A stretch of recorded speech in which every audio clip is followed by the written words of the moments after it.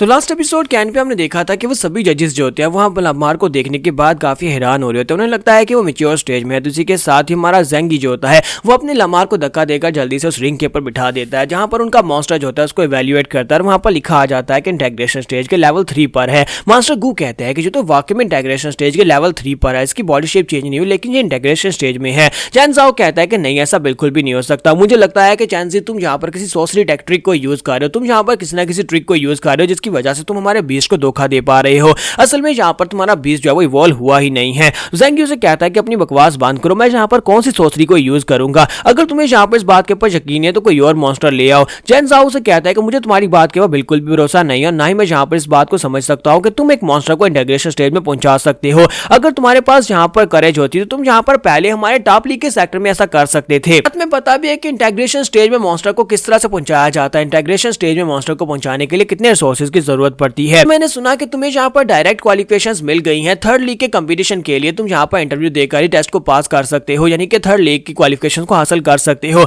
तो मैं यहाँ पर इस बात से काफी ज्यादा हैरान हुआ था और मैं बहुत ज्यादा खुश भी हुआ था कि तुम यहाँ पर पास कर गए और मैं यहाँ पर तुम्हें देखने के लिए आया, लेकिन तुमने मुझे बहुत ज्यादा डिसअपॉइंट किया है। ज़ेंगी उसे कहता है कि मैं यहाँ पर तुमसे क्या कह रहा हूँ, मेरे पर भरोसा करो। क्या तुम्हें मेरे पर भरोसा नहीं है? तुम बिल्कुल हमेशा की तरह ही बात कर रहे हो। तुम्हें और फादर को कभी मेरे पर भरोसा हुआ ही नहीं। और इसी के साथ ही चैन ज़ाओ कहता है कि मैं यहाँ पर तुम्हें फेल करता हूँ। तुमने इस टेस्ट को फेल कर दिया क्योंकि तुम यहाँ पर हमें धोखा देने की कोशिश कर रहे हो। तो गाओ लिंग और हमारा ल्यू फेंग कहते हैं कि ये क्या हो रहा है यहाँ पर, ये तो फेल हो गया। तो अभी चैन ज़ी उसे कहता है कि तुम यहाँ पर ऐसा कैसे कर सकते हो। हम सभी लोगों ने मिलकर यहाँ पर बहुत ज्यादा मेहनत की, इतनी सारी मेहनत करने के बाद हमारे पास एक अपॉर्चुनिटी है, तुम यहाँ पर हमारी अपॉर्चुनिटी को हमारे पास से छीन नहीं सकते। जबकि चैन ज़ाओ चलाकर उसे कहता है कि बकवास बंद करो, तुम यहाँ पर इसको हार्ड वर्क कैसे कह सकते हो। तुम और तुम्हारा लिंग ज़ाओ क्लैन, तुम सभी लोग यहाँ पर अब यहाँ पर फेल होने वाले हो क्योंकि तुम सभी लोग यहाँ पर किसी सोर्सरी ट्रिक्स को यूज करके अपने मॉन्स्टर्स को ज्यादा हाई लेवल के दिखा रहे हो। मास्टर टैंग उसे कहते हैं प्लीज सर शांत हो जाएं, आप यहाँ पर क्या कर रहे हैं। और इसी के साथ ही उन सभी लोगों से कहते हैं कि मुझे लगता है कि आपको यहाँ पर मेरे ब्रदर की वजह से पूरे के पूरे लिंग ज़ाओ क्लैन को फेल कर देना चाहिए, क्योंकि मेरे ब्रदर के अंदर टैलेंट की बहुत ज्यादा कमी है और साथ इसके अंदर बहुत ज्यादा कमी है कॉन्फिडेंस की। और यहाँ पर हमारे सामने किस तरह से हमें बेवकूफ बनाने की कोशिश कर रहा है। देखो तो जरा इसका मैच्योर स्टेज का इसका जो बीस्ट है उसके साथ यहाँ पर हम सभी को साबित कर रहा है कि वो इंटीग्रेशन स्टेज का बीस्ट है। और इसी के साथ ही हमारे चैन ज़ी को दिखाते हैं कि बेचारा चैन ज़ी बेचारा काफी ज्यादा उदास होता है और साथ ही वहां पर सोच रहा होता है कि ये बिल्कुल वैसा ही हो रहा है जैसा पहले हुआ करता था। और इसी के साथ ही वो अपनी पास्ट की मेमोरी दिखाता है कि जहां पर वो एक छोटे से बीस्ट के साथ जंगल में बैठा होता है, झाड़ियों में बैठा होता है। तो एक मास्टर वहां पर आते हैं। तो मास्टर किन उसके पास आते हैं, उसे कहता है कि यंग मास्टर तुम यहाँ पर क्या कर रहे हो। तो वो कहता है कि मास्टर किन आप यहाँ पर, आपने मुझे डरा दिया, मुझे लगा कि फादर या ब्रदर ने मुझे देख लिया। तो उसके पास एक छोटा सा चूहा होता है और उस चूहे को वहां पर वो ट्रेन कर रहा होता है। तो वो मास्टर उसे कहता है कि ये क्या तुम फिर से यहाँ पर दूसरे बीस्ट के साथ उनके साथ बॉन्डिंग बना रहे हो। तो चैन ज़ी कहता है कि मास्टर किन प्लीज डैड को इस बारे में मत बताइएगा, मैंने इस बीस्ट को यहाँ पर पिछले 2 महीने से अपने साथ बॉन्डिंग में रखा हुआ है। देखिए मैंने जहाँ पर इसको ट्रेन किया है, मैंने पिछले 2 महीने में इसे ट्रेनिंग दी और अब ये मैच्योर स्टेज में पहुंच चुका है। तो मास्टर किन उसे कहते हैं क्या सिर्फ 2 महीने में तुमने इसे मैच्योर स्टेज में पहुंचा दिया, तुम तो वाकई में टैलेंटेड हो।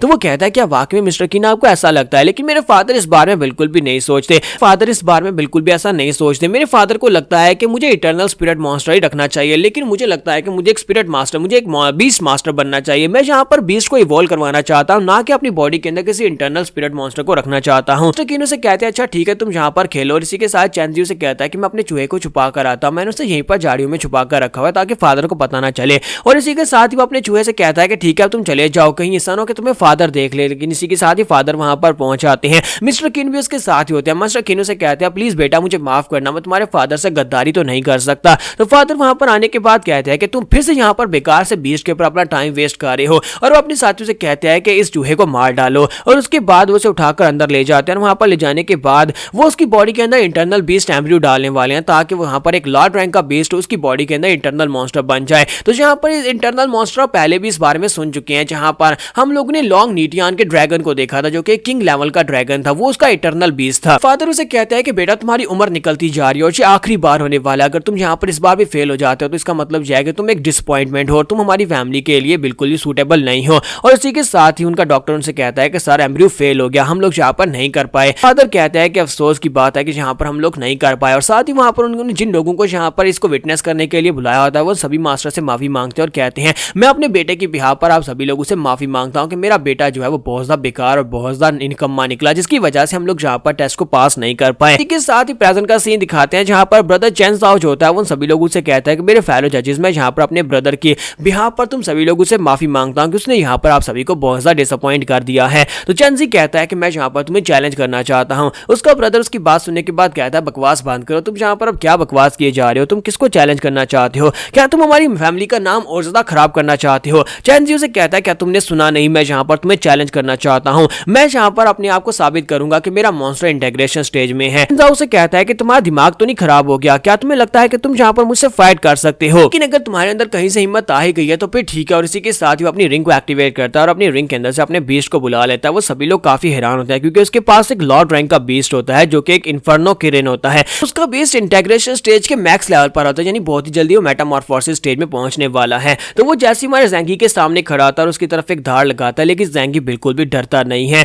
तो चेन ज़ाओ से कहता है क्या वाकई में तुम अब भी यहाँ पर मुझसे फाइट करना चाहते हो मेरे मॉन्स्टर को देखने के बाद भी। तो वो कहता है कि मेरी बात को ध्यान से सुनो, मैं यहाँ पर तुम्हें चैलेंज करना चाहता हूँ। और वो सभी जजेस के सामने कहता है कि मैं यहाँ पर सभी के सामने कहता हूँ कि मैं तुम्हें चैलेंज करना चाहता हूँ। तो उसके बाद उनके चैलेंज को एक्सेप्ट किया जाता है। मास्टर गू उन्हें वहां पर बाहर ले आते हैं, वो उन्हें अलायंस की कोर्ट की छत के ऊपर ले आते हैं और कहते हैं कि तुम लोग यहाँ पर आपस में फाइट कर सकते हो, लेकिन ये सिर्फ और सिर्फ एक फ्रेंडली मैच होने वाला है, कोई भी किसी को जान से नहीं मारेगा और ना ही किसी के बीच को जान से मारेगा, नहीं जहाँ पर हमारी प्रॉपर्टी को नुकसान पहुंचाया जाएगा। रोलिंग कहती है क्या यहाँ पर ज़ैंगी ठीक रहेगा। तो मास्टर काओ कहते हैं कि ये लड़के आजकल के बच्चे तो बहुत ज्यादा एरोगेंट हैं, लगता है कि इनको सबक सिखाने की जरूरत है। तो मास्टर गू कहते हैं कि मुझे लगता है कि इन दोनों को फाइट करनी देनी चाहिए। चेन ज़ाओ अपने ब्रदर से कहता है कि चेन तुमने खुद यहाँ पर इस चैलेंज को किया है, तो यहाँ पर मैं तुम्हारे साथ बिल्कुल भी इजी नहीं आने वाला, लेकिन अगर मैं यहाँ पर ये कहूँ कि हम दोनों की स्ट्रेंथ गैप में बहुत ज्यादा डिफरेंस है तो मैं यहाँ पर तुम्हें भूली तो बिल्कुल भी नहीं करना चाहता। इसी वजह से मैं यहाँ पर अपने सीनियर्स के सामने कुछ रूल्स बनाना चाहता हूँ। तो वो उन सभी जजेस से कहता है कि आप सभी के सामने मैं इस बात को क्लेम करता हूँ कि मेरा